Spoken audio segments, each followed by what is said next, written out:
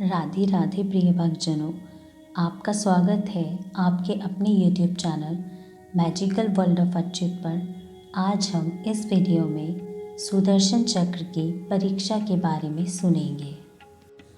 किसी समय वीतमन्यु नामक ब्राह्मण अपनी पत्नी आत्रेयी के साथ एक नगर में रहता था। वह धर्मपरायण और संतोषी था। वह लोगों के घरों में पूजा पाठ करता और वहाँ से मिली दान दक्षिणा से अपने परिवार का गुजर बसर करता था।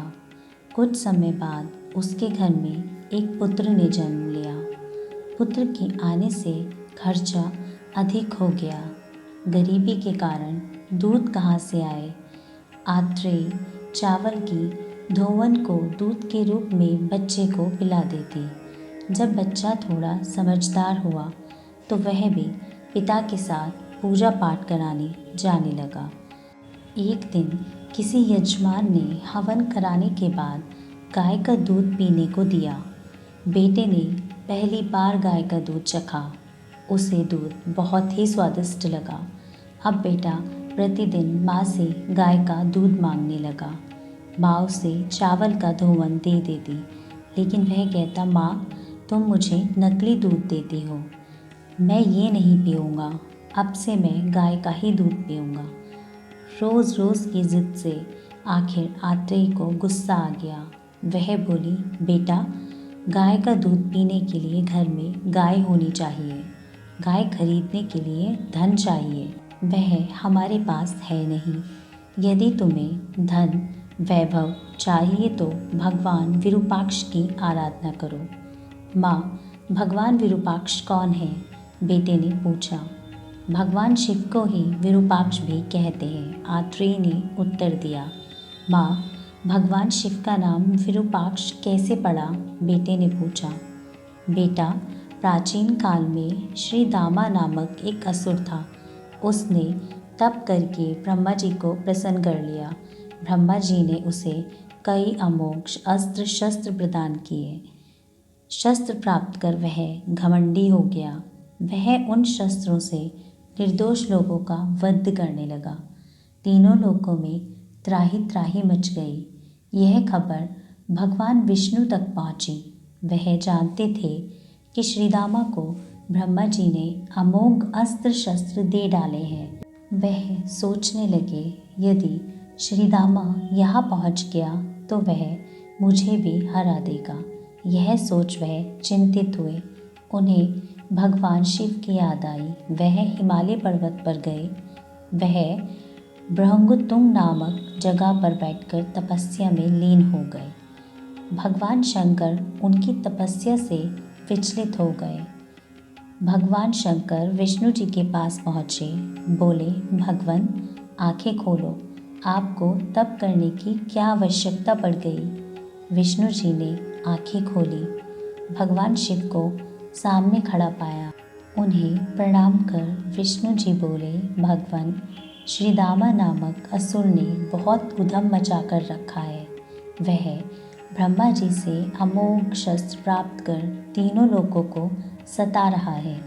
अब वह मेरे धाम पर हमला करने की सोच रहा है। आप ही इससे बचने का कोई उपाय निकालिए। भगवान शिव बोले, विष्णु जी आप घबराइए नहीं, मैं आपको एक अमोघ शस्त्र दे रहा हूँ। कहते हुए उन्होंने अपने नेत्रों पर हाथ फेरा। उनके हाथ में एक चक्र आ गया। उन्होंने वह चक्र भगवान विष्णु को दे दिया। वह बोले, यह लीजिए अमोघ चक्र, इसके 12 आरे हैं। यह चक्र 2 युगों तक गतिवान रहेगा। इस चक्र से आप श्रीदामा का सामना करें। भगवान विष्णु ने चक्र हाथ में ले लिया, लेकिन उन्हें संदेह बना रहा कि यह चक्र श्रीदामा के अमोघ शस्त्रों का मुकाबला कैसे करेगा। वह हिचकिचाते हुए बोले, प्रभु क्या यह शस्त्र अमोघ है और श्रीदामा का नाश करने में सक्षम है?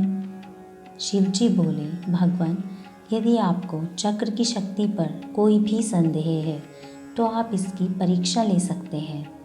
परीक्षा? लेकिन किस प्रकार भला? भगवान विष्णु ने पूछा, आप मुझ पर यह चक्र चलाइए। शिव जी का आग्रह देखकर विष्णु जी चकराए, लेकिन असुर से बचने के लिए चक्र का कमाल भी देखना चाहते थे। उन्होंने भगवान शिव पर चक्र चला दिया। चक्र के प्रहार से शिव जी 3 भागों में विभक्त हो गए। शिव जी की यह दशा देखकर विष्णु जी अत्यंत चिंतित हो उठे। उन्होंने शिव जी के पैर पकड़ लिए। बोले, प्रभु, आपकी यह दशा मेरे कारण हुई है। आप मुझे दंड दीजिए। मैंने आपकी ही बात पर विश्वास नहीं किया। भगवान शिव बोले, विष्णु जी, इस चक्र से तो मेरा बाह्य रूप ही छिन्न-भिन्न हुआ है। वैसे मैं आकार विहीन हूँ। चक्र द्वारा कटे हुए मेरे ये भाग हिरण्याक्ष, सुवर्णाक्ष और विरूपाक्ष नाम से प्रसिद्ध होंगे। जो भक्त मेरे इन 3 रूपों में से किसी एक की भी आराधना करेगा, उसकी कामना अवश्य पूरी होगी। फिर शिव जी ने भगवान विष्णु को श्रीदामा का नाश करने को कहा। भगवान विष्णु ने श्रीदामा को हिमालय पर देखा। श्रीदामा विष्णु जी को सामने खड़ा पाकर अत्यंत प्रसन्न हुआ। बोला, देव, आप मरने के लिए तैयार हो जाएं, मैं आपकी ही तलाश में था। विष्णु जी ने कहा, श्रीदामा, जो व्यक्ति शक्ति पाकर उसका सदुपयोग नहीं करता, वह अपना काल खुद बुलाता है। अब तुम्हारा काल भी तुम्हारे सामने खड़ा है। श्रीदामा हंस पड़ा। भगवान विष्णु ने श्रीदामा पर वह चक्र चला दिया। श्रीदामा का मुख धड़ से अलग होकर दूर जा गिरा। चक्र अपना काम कर पुनः विष्णु जी के पास लौट आया। भगवान विष्णु ने सुदर्शन चक्र को अपना प्रिय शस्त्र बना लिया। वह विरूपाक्ष को प्रणाम कर अपने धाम को लौट गए।